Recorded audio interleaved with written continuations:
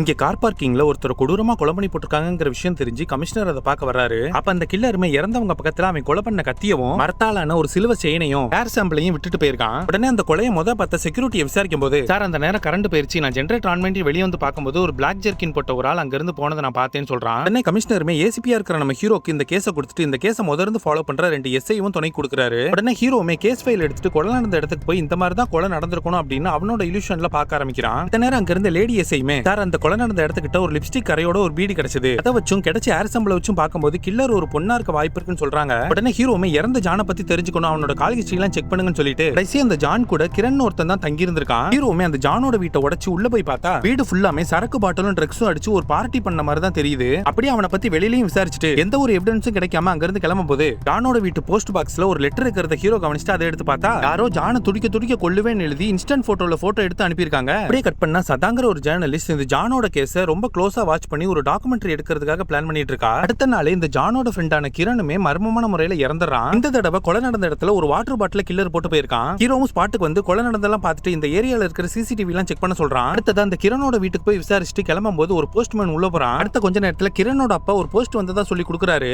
அதுலயும் கிரணை நான் துடிக்க கொலை பண்ணுவேன்னு கில்லர் எழுதி அனுப்பிட்டுருக்கான். அதை வச்சு பார்க்கும்போது 2 கொலையை பண்ணதும் ஒரே ஆளுனும். அதுலயும் சனிக்கிழமை 11:30 மணிக்கு தான் கில்லர் கொலை பண்றாங்கிறதையும் ஹீரோ கண்டுபிடிக்கிறான். சிசிடிவியை செக் பண்ணும்போது 2 கொலை நடந்த இடத்துலயும் பிளாக் கலர் ஜெர்கின் போட்டு ஒரு ஆள் போனதா நோட் பண்றாங்க. இதான் அந்த செக்யூரிட்டியுமே சொல்லியிருப்பாரு. அப்ப அவன் தான் கில்லரா இருக்கணும். அவனோட பாடி லாங்குவேஜ் பார்க்கும்போது கண்டிப்பா அது பொண்ணுங்கிறதையும் கன்ஃபார்ம் பண்ணிடுறாங்க. அப்படியே கட் பண்ணா மதனுங்கிற ஒருத்தனை பார்க்க 2 பேர் வராங்க. இந்த மதன் ஒரு மினிஸ்டரோட பையங்கறனால இவனை வச்சு ட்ரக்ஸை மூவ் பண்ணா போலீஸ் செக்கிங்ல இருந்து தப்பிச்சிடலான்னு இவன்ட்ட ஹெல்ப் கேட்டு வராங்க. இவனுமே சரின்னு சொல்லிட்டு அங்க இருந்து கிளம்ப கில்லருமே இவனை கொள்ள தான் வந்திருக்கான். ஹீரோமே இன்னைக்கு சனிக்கிழமைன்னு செக்கிங் எல்லாத்தையுமே டைட் பண்றான். அந்த நேரம் இந்த மதன் போலீஸை ஏமாத்திட்டு வேகமா வண்டி ஓட்டிட்டு போறான். முன்னாடியே பிளாக் ஜெர்கின் போட்டு ஒரு ஆள் போறத பார்த்துட்டு போலீஸுமே ஃபாலோ பண்றாங்க. ஹீரோக்குமே இந்த விஷயம் தெரிய வருது. கொஞ்ச தூரத்துல கார் மட்டும் தான் இருக்கு, ஆளை காணோம். காரை செக் பண்ணும்போது ட்ரக்ஸ் இருக்கிறத பார்த்துட்டு இதுக்கு தான் இவன் வேகமா வந்திருக்கான்னு கார் சீஸ் பண்ணிடுறாங்க. ஆனா கில்லர் இந்த மதனை பிடிச்சு வச்சிருந்ததை யாருமே நோட் பண்ணல. போலீஸுமே இந்த விஷயத்தை மதனோட அப்பா மினிஸ்டர்ட்ட சொல்ல அவருமே அதை பெருசா எடுத்துக்க மாட்டேங்கிறாரு. இந்த பக்கம் ஹீரோமே நம்ம ஏதோ ஒன்னு மிஸ் பண்ணிட்டோம், கண்டிப்பா ஒரு கொலை நடந்திருக்குன்னு சொல்ல அதே மாதிரியே மினிஸ்டர் வீட்டுக்கு ஒரு போஸ்ட்டுமே வருது. அடுத்த ஹீரோட அம்மா சர்ச்சுக்கு போயிருக்கும் போது அவங்களுக்கு ஒரு $100 கொடுத்ததா சொல்லி ஹீரோ கிட்ட கொடுக்குறாங்க. இந்த சில்வர் டாலரை பார்க்கும்போது ஸ்டார்டிங்ல இருந்த ஜான் கையில இருந்தது மாதிரியே இருக்கு.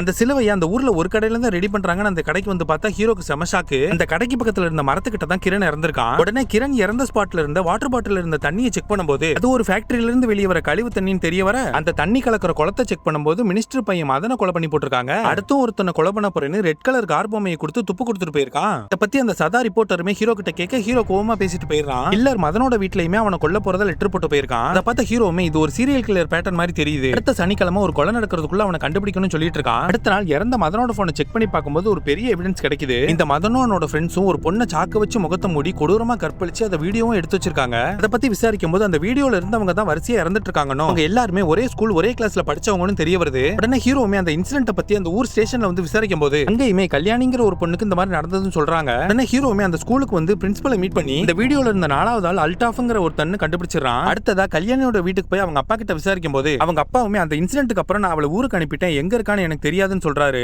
ஹீரோமே உங்க பொண்ணை தான் நாங்க சஸ்பெக்டா நினைக்கிறோம், உங்க பொண்ணோட போட்டோ கொடுங்கன்னு கேட்க இவருமே கொடுக்குறாரு.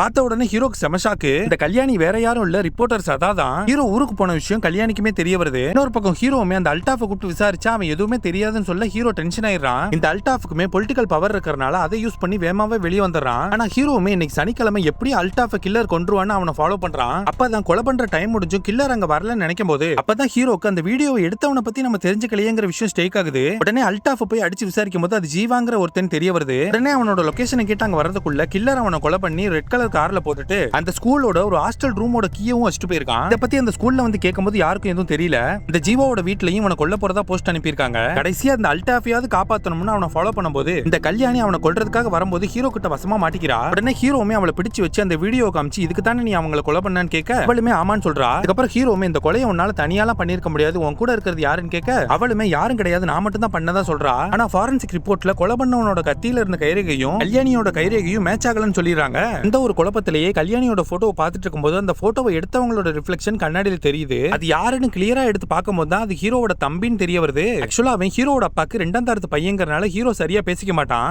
இப்ப அவனை போய் பார்த்துட்டு கல்யாணியோட போட்டோவை காமிச்சு இந்த போட்டோவை நீதானே எடுத்தேன்னு கேட்க அவனுமே ஆமான்னு சொல்லிட்டு ஒரு விஷயத்தை ஷேர் பண்றான்.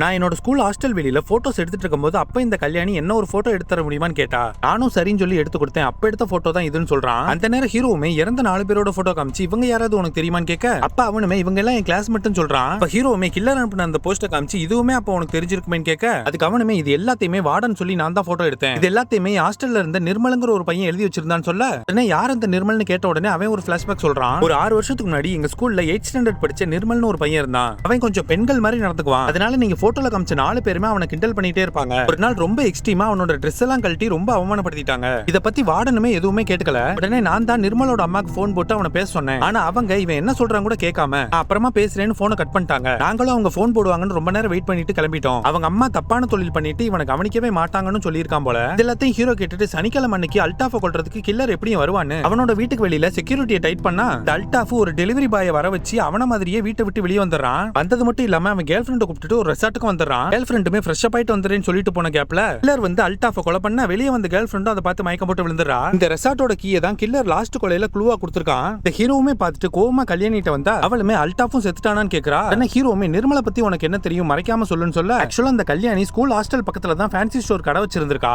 அப்ப அந்த நிர்மல் அங்க வந்து வளையல் கம்மல் எல்லாத்தையுமே போட்டு அழகு பார்த்துட்டு இருந்திருக்கான். அப்படியே தினமும் வர 2 பேருமே ஃப்ரெண்ட்ஸ் ஆயிருக்காங்க. லீவ் டயத்துல நிர்மல் இவா கூடயே தான் இருந்திருக்கான். ஒரு நாள் அந்த 5 பசங்களும் நிர்மல் கிட்ட பிரச்சனை பண்ண வரும்போது இந்த நேரம் கல்யாணி பயப்படாத நான் பாத்துக்கிறேன்னு சொல்லி கூட்டு வரும்போது இவளையும் தப்பா பேசியிருக்காங்க. அதனால கல்யாணி அல்டாஃப சப்புன்னு அரைஞ்சிருக்கா. இந்த கோபத்துல அந்த 5 பேரும் கல்யாணி தனியா கடையில இருக்கிற சமயமா பார்த்து முகத்துல சாக்க மூடி கை காலெல்லாம் உடைச்சு கொடூரமா கற்பழிச்சிருக்காங்க. அதுக்கப்புறம் அவங்க எல்லாம் கிளம்பும் போது அங்க வந்த நிர்மல் அதை பார்த்துட்டு உள்ள போனா கல்யாணி கொடூரமா கற்பழிக்கப்பட்டிருக்கா. இதை பார்த்த நிர்மலுமே அந்த 5 பேரும் எப்படியாவது பழி வாங்கணும்னு நினைச்சிருக்கான். எல்லாம் கேட்கிற ஹீரோக்குமே நிர்மல் தான் கொலை பண்ணிட்டு இருக்கான்னு தோணுது. இப்ப கடைசியா கொலை பண்ண இடத்துலயும் ஒரு வாட்ச க்ளூவா விட்டுட்டு போயிருக்கான். அது மட்டும் இல்லாம அல்டாஃபோட வீட்டுக்கு 2 போஸ்ட் வந்திருக்கு. ஒன்னு அல்டாஃப கொல்லணும்னு இன்னொருத்தவங்களோட பேர் அடிக்கப்பட்டிருக்கு. இதை வச்சு பார்க்கும்போது இன்னொரு கொலை நடக்க போது அதுக்குள்ள நம்ம அதை தடுக்கணும்னு கமிஷனர் கிட்ட ஹீரோ சொல்லிட்டு இருக்கான். அடுத்ததா ஸ்கூல் பிரின்சிபல்ட்ட வந்து நிர்மலா பத்தின ஏதாவது விஷயத்தை மறைக்கிறீங்களா ஒழுங்கா சொல்லிருங்கன்னு சொல்ல அவருமே ஒரு விஷயத்தை ஷேர் பண்றாரு.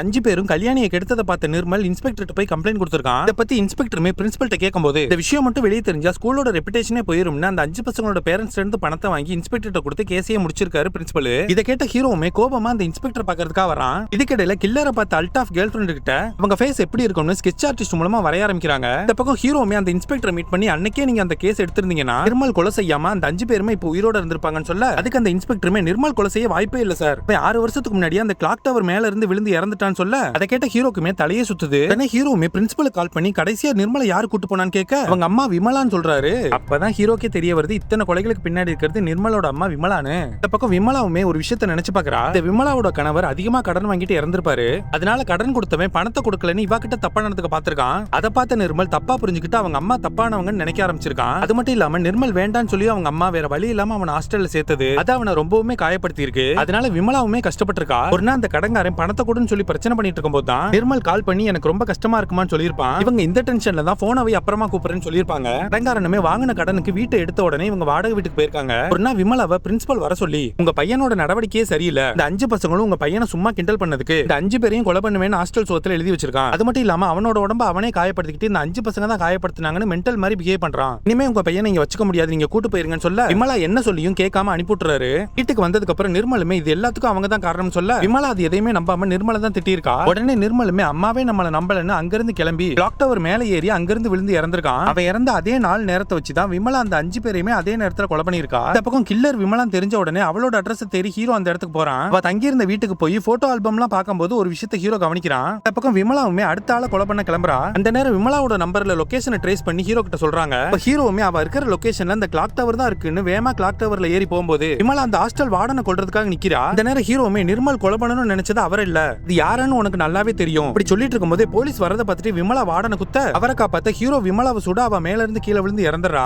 அந்த வார்டனுமே ஒரு ஸ்டேட்மெண்ட் கொடுக்குறாரு. நான் பண்ண பாவத்துக்கு என் பையன் இறந்துட்டான், இந்த மன உளைச்சல்ல என் மனைவி இருக்கும்போது அவளை ஹாஸ்பிட்டல் கூட்டு போனேன், அங்கதான் நிர்மலோட அம்மா விமலாவை நான் பார்த்தேன். அந்த 5 பசங்களும் நிர்மலை பண்ண கொடுமைகளை எல்லாத்தையும் சொல்லிட்டு நிர்மல் எந்த தப்பு பண்ணல, இந்த 5 பேர் தான் அவன் உடம்ப காயப்படுத்தி அவனை அசிங்கப்படுத்தினாங்க. அது மட்டும் இல்லாம அந்த 5 பசங்களுக்கு எதிராக இவன் போலீஸ் கம்ப்ளைண்ட் கொடுத்துட்டான்னு தெரிஞ்ச உடனே நிர்மலை ரொம்பவுமே கஷ்டப்படுத்தி வழியை கொடுத்திருக்காங்க. அந்த பாவத்தை பார்த்துட்டு நான் எதுவுமே பண்ணாம இருந்துட்டேன், என்ன மன்னிச்சிருங்கன்னு கேட்டு போயிருக்கான். இதெல்லாம் கேட்ட விமலாவுமே அவன் எவ்வளவோ தடவை சொல்ல வந்துமே நாம அதை கேட்கலையே, ஒரு வகையில் நானுமே என் பையனோட சாவு காரணமாயிட்டேனேன்னு ரொம்ப கவலைப்பட்டிருக்கா. அதுக்கப்புறம் இந்த வார்டன் தான் யார் யார் இதுல சம்பந்தப்பட்டிருக்காங்கிற போட்டோவை விமலாக்கு கொடுத்தேங்கிறத ஒத்துக்கிறாரு. இந்த பக்கம் என்ன இருந்தாலும் நீங்க ஒரு அக்யூஸ்ட சுட்டுக்க கூடாதுன்னு ஹியூமன் ரைட்ஸ்ல இருந்து ஹீரோவை என்கொயரி பண்றாங்க. அதுக்கு ஹீரோவுமே என் மனசுக்கு சரின்னு தோணுதான் நான் பண்ணேன்னு சொல்ல ஹீரோவை சஸ்பெண்ட் பண்ணிடுறாங்க. இந்த நேரம் கமிஷனருமே நீ ஏதோ ஒரு விஷயத்தை மறைக்கிற அப்படின்னு அப்படின்னு சொல்ல ஹீரோ அங்கிருந்து சிரிச்சுட்டே கிளம்புறான். அப்பதான் ஒரு விஷயத்த காட்டுறாங்க.